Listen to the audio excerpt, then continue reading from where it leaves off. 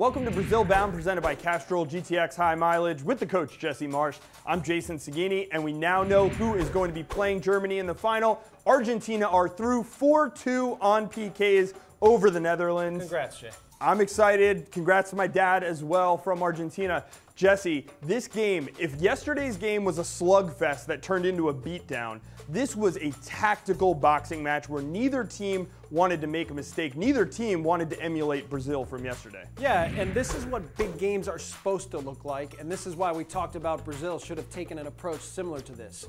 But neither team wanted to give much away and wanted to limit time and space for the whole team, but also for key players. And so for me, I know that maybe from a fan perspective, it wasn't that exciting because there weren't a lot of chances and no goals, but from a tactical, intelligent perspective, I thought this was one of the best games of the tournament, and so interesting to watch how each team decided to approach the game. It was interesting to watch them both deny Robin space, deny Messi space. Those are two of the best players in the world, two of the best players in the tournament, yet neither of them were really able to make too much of an impact. Clearly the focus for both teams was to limit time and space for those two players.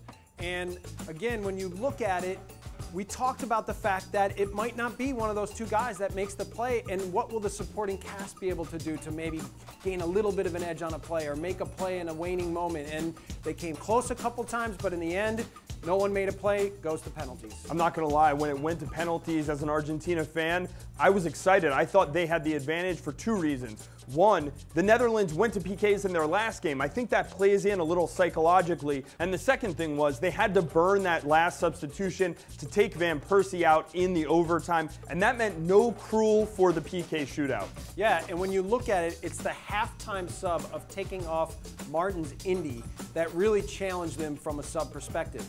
And I'm not sure if they took him out because of a yellow, because of an injury, or because of a tactical decision, but they pretty much knew going into the game that De Jong wasn't going to be able to make 90 minutes or 120 minutes after the injury, and same thing with Van Persie with the stomach flu. So once that sub was made at halftime, pretty much Krul wasn't an option.